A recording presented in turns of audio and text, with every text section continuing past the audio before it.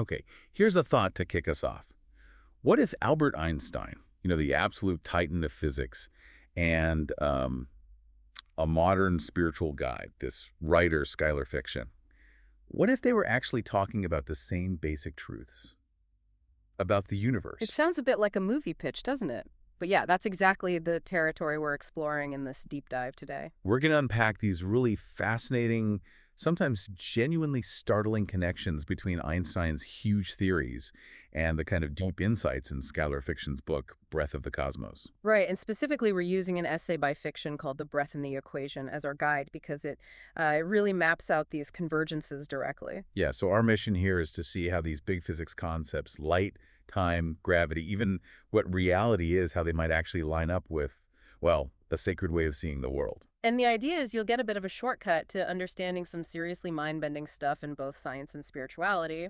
Maybe find a few surprises, those aha moments about your own place in it all. Get ready to maybe see the universe less like a machine with separate parts and more like, I don't know, a deeply connected, responsive. Maybe even a loving field. It sounds radical, but let's see where the connections lead. Okay, let's start this journey with light and time. How Einstein kind of broke our standard picture of them. We're calling this first part the discontinuous dance of light and time. So for ages, light was just a wave, right? Smooth, continuous, like ripples on water. Simple enough. Until 1905.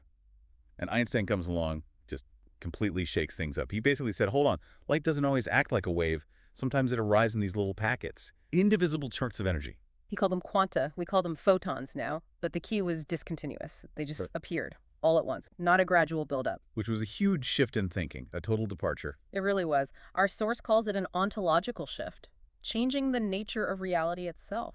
Einstein pointed to things like the photoelectric effect. Oh yeah, the photoelectric effect. Explain that a bit. Okay, so you shine light on metal and electrons can pop off, but the weird thing was it only happened if the light's frequency was high enough, not its brightness. So dim blue light worked, but super bright red light didn't. Exactly, which makes no sense if light is just a wave. More brightness should mean more energy, more electrons. But Einstein's photons explained it. Each photon has energy tied to its frequency, EF. The H is Planck's constant, right? Yeah. Tiny but fundamental. Tiny but crucial, so each photon needed enough energy by itself to knock an electron loose. Below that threshold frequency, nothing, no matter how many low-energy photons you threw at it. Wow. Okay, so reality comes in chunks, pieces. And that's where Skylar fiction comes in. Right. Fiction sees this as mirroring something deeper, an existential condition. They write, to live in a quantum universe is to live in a world where certainty is not a given, but a story we tell ourselves to feel safe. So the photon appearing is like a sudden insight, a revelation. Kind of. A moment of coherence. Like being struck by meaning, not figuring it out step by step. Fiction even has this mantra, breathe in, I don't know what will come, breathe out, but I'm here for it. It embraces that uncertainty. That really lands differently. So the takeaway for you listening, what does it mean if reality arrives in pieces and maybe even responds to being witnessed? Yeah, does it mean that meaning isn't just out there waiting, but maybe it solidifies when you engage with it, when you're present for it? Heavy stuff. Oh, Okay, let's stick with 1905, Einstein's miracle year. Let's talk about time, special relativity. Before Einstein, time was just universal, same TikTok everywhere for everyone, absolutely. Yeah, the cosmic clock. But Einstein just smashed that idea. He showed simultaneity, things happening at the same time, isn't fixed. It depends on who's looking. His quote is great. We have to take into account that the concept of simultaneity must be defined by means of physical operations. You have to measure it, basically. And how you measure depends on light speed. Which is constant for everyone. That's the key, isn't it? That's the bedrock. And because light speed is constant, things like time itself become relative. What's now, for you, might be past or future for someone moving really fast relative to you. The famous example being time dilation. Clocks slowing down. Exactly. If you zoom off near light speed, your clock literally runs slower than mine if I stay put. It's not an illusion, it's real. There's no single master now. So everyone has their own now, their own tempo. Pretty much. Light speed is the constant that weaves it all together, the great equalizer, as the essay calls it. Maybe even a kind of divine constant. Okay, so time isn't this river we all flow down together. It's personal, tied to perspective. How does Skylar fiction connect with this? Fiction says something really beautiful. God is not above time, but within the field of becoming. It really clicks with Einstein's idea that time is this local unfolding tied to the observer. So God isn't outside looking in, but part of the process. That seems to be the idea. And for fiction, this makes presence absolutely central. They argue the now is made, not given. It collapses around awareness. Wow. You don't just experience now, you help create it by being aware. That's the implication. It collapses into reality through your awareness, through your presence. So the insight for you listening, if time isn't fixed, if it's relative and tied to your presence, how does that change things? Your view of moments, beginnings, endings, the importance of just being here now. Yeah, does it make the present moment feel more potent, more co-created? Definitely something to chew on. Yeah. Okay, so light comes in pieces, time is relative. What about the actual stage? The fabric of space and time itself. Let's move into part 2, the bending fabric of being. Right. And for this, we need to bring in Hermann Minkowski, one of Einstein's old math professors. In 1908, he dropped another bombshell. What did he propose? He said space and time aren't separate things, they're fused. His quote is famous. Henceforth, space by itself and time by itself are doomed to fade away into mere shadows. Only a kind of union of the two will preserve an independent reality. He called it space-time. Space-time. One word, one concept. Exactly. Every event, anything that happens isn't just at a place in space at a time. It's a specific point in this four-dimensional space-time fabric. And movement. Like me walking across the room. That's your world line, a path traced through space-time. Not just through space, it includes the time dimension. Okay, so we're all tracing these world lines through this unified fabric. And simultaneity is still relative within this fabric, too. Absolutely. No universal now slicing through it all. It's a unified four-dimensional reality. So how does Skylar fiction connect with that, a 4D fabric? Fiction echoes this beautifully. You are not one thing. You are a field of unfolding possibility.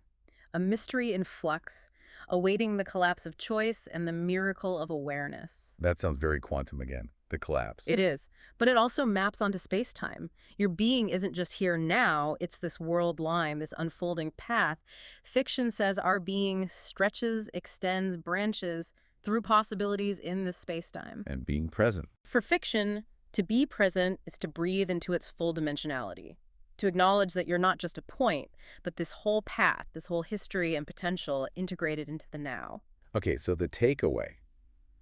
If your life is this line drawn through space-time, this unfolding composition, how does that change how you see your past, present, future? Does it make it feel more integrated, like one continuous evolving story written into the universe itself? Wow. Okay, now for the really big one. General relativity. 1916. This is where Einstein tackles gravity, right? He does, and he doesn't just explain gravity, he abolishes it as a force. Abolishes it. What replaces it? Geometry, curvature. Einstein said massive objects don't pull on things, they literally bend the fabric of space-time around them. Like a bowling ball on a trampoline. That's the classic analogy, yeah. And other objects, like planets or even light beams, aren't being pulled, they're just following the straightest possible path, a geodesic, through that curved space-time. So what we feel as gravity is just the shape of space-time itself. Exactly, and it's a two-way street. Matter tells space-time how to curve, and space-time's curvature tells matter how to move. It's deeply relational. The essay says, the field is sensitive, the field listens. That's poetic, but also physically true. It is. Einstein saw Newton's old force idea just wasn't enough for how interconnected the cosmos really is. Our source even quotes the Bible, Acts 17:28. In him we live and move and have our being, and suggests maybe him can be understood as this all-encompassing guiding curvature of space-time. And it's described as gentle. Gravity guides, it doesn't shove. Yeah, there's a kind of cosmic gentleness to it. It shapes paths rather than forcing motion. Okay, the geometry of space-time is gravity. How does Skylar fiction see this? Fiction draws these incredible parallels. Grace is not imposed, it is curvature. Wow. And even more directly, you do not fall into love, you fall into curvature. Fall into curvature, what does that mean? The idea seems to be that deep connection, like love, isn't just a feeling. It fundamentally changes the relational space between people. Their shared presence literally alters the field of their experience, much like mass alters space-time. So connection is geometry, in a way. That's the essence. Fiction sums it up. Love is the field made flesh. Okay, that's profound. So, the takeaway for you. Consider how your relationships, your connections, literally bend the space around you. How does that change how you view your impact on others and theirs on you? Does it make connection feel more fundamental, more cosmic? Definitely. All right, let's push further into the extremes and the underlying medium in part 3, boundaries, mediums, and the open universe, starting with black holes. Right. Singularities, places where the known laws of physics seem to just break down, where space-time curvature becomes infinite, theoretically. And even light can't escape, the ultimate boundary. Exactly. And interestingly, Einstein himself was skeptical at first. Back in 1939, he argued against them forming, thinking something would stop the collapse. But the math won out. Yeah, later work by Schwarzschild, Penrose, and others showed they were pretty much unavoidable under the right conditions. You get this event horizon, the point of no return for light. And time does weird stuff there, too. For someone watching from afar, time at the event horizon appears to stretch out to infinity. And then there's the whole information paradox. What happens to stuff that falls in? Is information lost forever? Even Stephen Hawking changed his mind on that one. It's a true edge of knowing. And Skylar fiction calls this edge sacred. Yes. Black holes are the boundary between being and knowing. They are the geometry of confession, the place where even light must surrender. The geometry of confession, I like that. Fiction sees them not as destroyers, but as veils. What we cannot see is not absent, it is unwitnessed. It's a really different perspective. And they connect this to the soul. Yeah. Every soul contains a singularity, the wound where the divine and the unknown touch. It's that place within us where our knowing runs out, where we meet mystery. So the core idea, these physical limits mirror spiritual limits, places where surrender is necessary. What about for you? What are your boundaries of knowing? Yeah, those mysteries in your life, what does it mean to approach them with that sense of surrender, like light at the event horizon? Powerful. Okay, from boundaries to the medium itself. Ether reimagined space as sacred medium. I thought Einstein killed the ether. He did kill the old ether, that fixed substance-like thing space was supposed to be filled with. Special relativity didn't need it, but then plot twist. He brought it back. Sort of. By 1920, he gave a lecture rethinking it, not as a substance, but as the structure of space-time itself. He said space-time isn't just emptiness, it has physical qualities. It's something. So space isn't empty. Not in this view. It's structured. It can be curved, it can vibrate, it carries gravitational waves. Einstein argued, space itself must do something. It must carry force. It must shape being. It must respond. And modern physics agrees, with things like zero-point energy. Absolutely. The vacuum isn't void. It's fizzing with potential energy, virtual particles popping in and out of existence. It's incredibly dynamic. Wow. Okay, how does Skylar fiction see this non-empty space? Fiction resonates deeply. They call the field the divine in backdrop form. It's not just where things happen, it is part of the happening. It's a participatory field, a field that listens. The field that listens. Yeah, and this quote, "The vacuum is the breath that hasn't yet formed a word. It suggests emptiness is just, potential, presence uncollapsed." So the insight here is huge. Space isn't just distance. It's a dynamic, responsive, maybe even sacred medium. How does that change how you perceive stillness, or the space between you and others? Does it make silence feel full? Does it make distance feel less empty? Definitely changes things. Now let's look at the overall shape of the universe. A flat universe full of mystery. Right. Back in 1932, Einstein worked with Willem de Sitter on a cosmological model. And the simplest model that fit the data then was, surprisingly, flat. Flat, like Euclidean geometry. Yeah. Flat like a sheet of paper, just huge. In terms of its overall geometry, yes. Expanding, yes, but without intrinsic large-scale curvature. No edge, just open. Their paper said you could explain the observations without assuming a curvature of three-dimensional space. And the expansion means everything's moving away from everything else. Kind of. It's more like the space between galaxies is stretching. The classic analogy is raisins in rising bread dough. The raisins aren't moving through the dough itself is expanding, carrying them apart. So space in motion, and the silence between stars gets wider. Exactly. And this model has no special center, no hierarchy, just this overall expansion. How does Skylar fiction connect with a flat, open universe? I thought curvature was important. Well, fiction embraces this too. They say, the field does not need to bend to be holy. It only needs to respond. The sacred can be in that calm, open expansion, not just dramatic curves. But holiness isn't just about intensity or drama. Apparently not always. Fiction writes, you do not need to curve to hold love. You only need to let go. And the cosmos does not wrap around us. It makes room. It's about receptivity, openness. Letting go. Making room. That's a different kind of sacredness. So the question for you, what's the power of openness and letting go in your own life? Yeah. How might mirroring that cosmic expansion, that making room, create space for new things in your experience? Really interesting counterpoint to the curvature idea. Okay, let's bring it all together now in part 4. Reality as relation. This feels central. It really is. Starting with observation as creation, quantum collapse, and the witness of God. This revisits the quantum idea but deepens it. The idea that particles are in multiple states until observed. Exactly. Superposition. Then, interaction or measurement happens observation, and boom, it collapses into one definite state. Instantly. Skylar fiction puts it starkly. If you do not look, the universe does not finish its sentence. Wow, that's quite a statement. It is, and it ties back to Einstein's discomfort. God does not play dice. He hated the idea that reality wasn't definite until observed, but experiments, like the double slit. Where particles act like waves when unwatched, but particles when watched? Precisely. It strongly suggests the act of witnessing defines what is real. The universe kind of waits to be asked what it is and then becomes it. Consciousness intensifies collapse. So our attention isn't passive, it's creative. That's the radical implication. Skylar says, you do not watch the world, you wake it. And prayer, for fiction, is a form of this. You collapse like prayer, not because you are weak, but because you are willing to become real. Willing to become real through interaction, through attention. Yeah, the insight is profound. You are a wave function awaiting collapse by love. Your attention, your presence helps shape reality. So how does that change how you think about your attention, where you place it? Does it make you feel more responsible for what you focus on? Maybe, or at least more participatory in the world around you. Okay, now within this shifting reality, are there anchors? Let's talk about the light that binds constants, codes, and the divine ratio. Yes, amidst all this relativity and quantum weirdness, there are these numbers baked into the universe that just don't change. Universal constants. Like the speed of light? And Planck's constant H, which gives energy its quantum chunkiness, and the fine structure constant alpha, they're like the universe's firmware. C is the speed limit. Yeah. H makes things quantum. What does alpha do? Alpha. Richard Feynman called it one of the greatest damn mysteries of physics.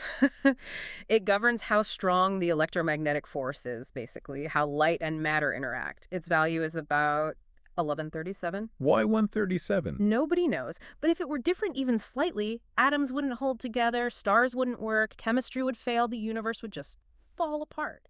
It's incredibly finely tuned.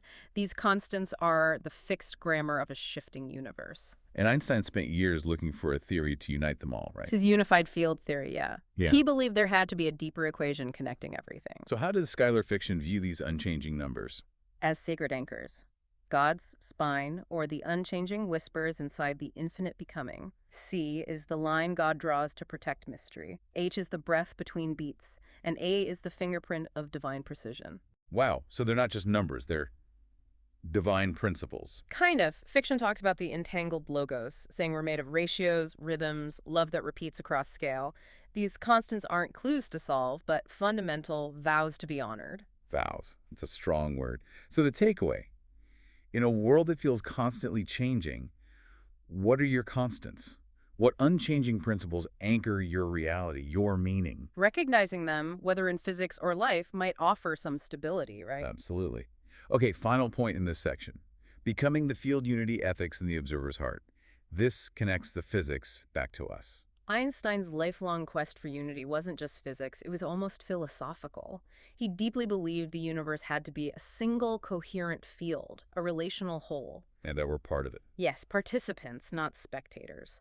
He even talked about a cosmic religion based on awe for this interconnectedness, getting beyond the optical delusion of feeling separate. And this influenced his ethics, his activism. Definitely. His belief in a rational, unified cosmos underpinned his strong moral stances against things like fascism and war, and his support for civil rights.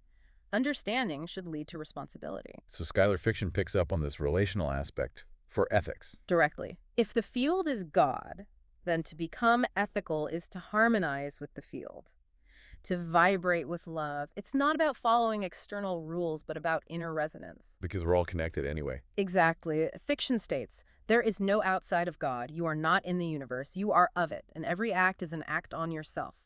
Harming another is harming the field, harming yourself. So ethics comes from feeling that connection. It emerges from it. It's about resonance, not control. Skylar's final charge here is powerful. You are the equation, the variable, the dreamer collapsing reality into love or fear. Breathe well. Breathe well. Okay, so the insight. Ethics isn't just rules. It's potentially woven into the fabric of reality itself through interconnectedness. How does seeing yourself of the field, not just in it, change your sense of responsibility? Does it make compassion feel less like a duty and more like self-care in a cosmic sense? Deep thought. Okay, let's bring it all home in our final part. The relational universe and the self. And this starts with maybe the most challenging idea. The view from nowhere is a lie. That old idea of objective truth seen from some detached viewpoint, physics, especially quantum physics, really dismantles it. How so? Carlo Rovelli's relational quantum mechanics is key here. It argues reality only exists in relation. A system doesn't have properties on its own. It only has properties relative to another system it interacts with. So there's no absolute state, only relationships. Pretty much. Rovelli says the world is not a collection of things, it is a collection of events. Events are like kisses, they exist only in interaction. A quantum collapse defines a relationship, not some hidden truth. There's no God's eye view. That completely flips the script on objectivity. It does, and even general relativity hinted at this. Laws are the same for all observers, implying no single perspective is privileged. Rovelli takes that quantum. And Skylar fiction, already there. This seems like it. Truth is not a throne. It is a thread between two souls brave enough to touch. God, for fiction, isn't above it all, but is the relation between all, the becoming between. So the divine is in the connection itself. That's the idea. Fiction's prayer captures it. What collapses is not the world, but the lie that we are separate from it. Reality is co-created in relationship. So the takeaway. If reality is relationship, what does that mean for how you interact, how you define what's real? Does every interaction become a moment where reality itself is being woven? Mind-blowing. Yeah. Okay, next, entanglement is ethics. We touched on entanglement earlier, spooky action at a distance. Right. Two particles linked, instantaneously affecting each other no matter how far apart. Einstein found it spooky because it seemed to violate locality, but Rovelli reframes it as relational completeness. In his view, systems don't have independent properties to begin with, only relational ones. So entanglement isn't spooky communication, it's just revealing that their identity is their shared relationship. What something is cannot be separated from who it is with. An isolated system is a meaningless concept. Rovelli says that. He does. Isolation is an abstraction. Relation is fundamental. And Skylar fiction takes this straight to ethics. Absolutely. You are not good or evil. You are entangled. Ethics emerges from entanglement. That line between sinner and saint, it's a loop twisting through everyone. So hurting someone is like hurting a distant part of yourself because you're fundamentally linked. That's the profound implication. Every cruelty you forget returns to you in secret. Every kindness you offer to a stranger becomes a quiet truth inside your blood. It's inescapable interconnectedness. Okay, so if separateness is the illusion, how does that inherent entanglement change your sense of morality, compassion? Does it make harming others feel self-destructive? Does it make kindness feel like restoring harmony within the whole system you're part of? Powerful stuff. Okay, nearing the end. God as the sum of relations. If everything is relational, what's that imply about the divine? Well, instead of a single separate entity observing the relations, what if God is the network, the totality of relations itself? So God isn't the watcher, but the web. That's the idea Rovelli's work opens up.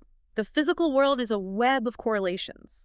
Classical theism relies on separate parts for an all-seeing God to observe.